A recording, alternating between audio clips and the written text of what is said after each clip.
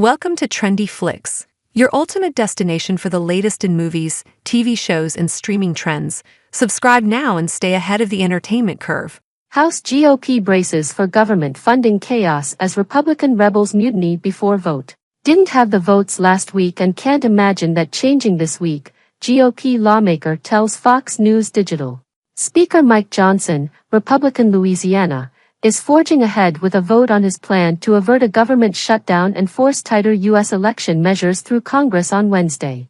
Johnson was forced to cancel a vote on the measure last week after it hemorrhaged GOP support for days after being unveiled. Multiple sources who spoke with Fox News Digital on Tuesday said the House GOP leadership's efforts to persuade Republican opponents of the bill were largely unsuccessful over the weekend. At least a dozen Republican lawmakers are expected to vote against the bill. With just a 4-seat majority and widespread Democrat opposition anticipated, expectations within the GOP are low. I mean, it buys us a week of arguing over illegal immigrants, one House Republican told Fox News Digital via text message. Asked if it was worth the news cycle if it failed, they replied, "At this point, I suppose."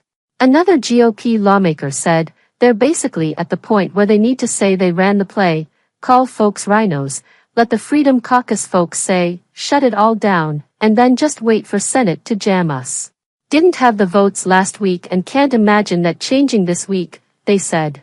Johnson himself said in a statement, "Congress has an immediate obligation to do two things, responsibly fund the federal government, and ensure the security of our elections. Because we owe this to our constituents, we will move forward on Wednesday with a vote on the 6-month CR with the SAVE Act attached." The Speaker does, however, have a wide cross-section of support from within the conference. House Freedom Caucus Policy Chair Representative Chip Roy, Republican Texas, led the Safeguarding American Voter Eligibility, SAVE, Act, which is being attached to the spending bill. He wrote on X on Tuesday that some Republican nihilists would rather set up the failure they then get to complain about than pass an imperfect bill with conservative policies.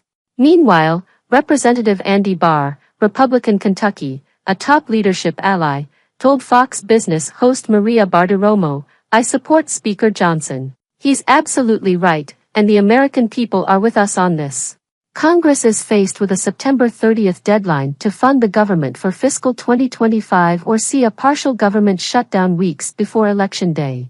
The House has passed less than half of the 12 required appropriations bills, while the Senate has not passed any. Both Democrats and Republicans agreed that a short-term extension of this year's funding, known as a continuing resolution, CR, is needed to give negotiators more time.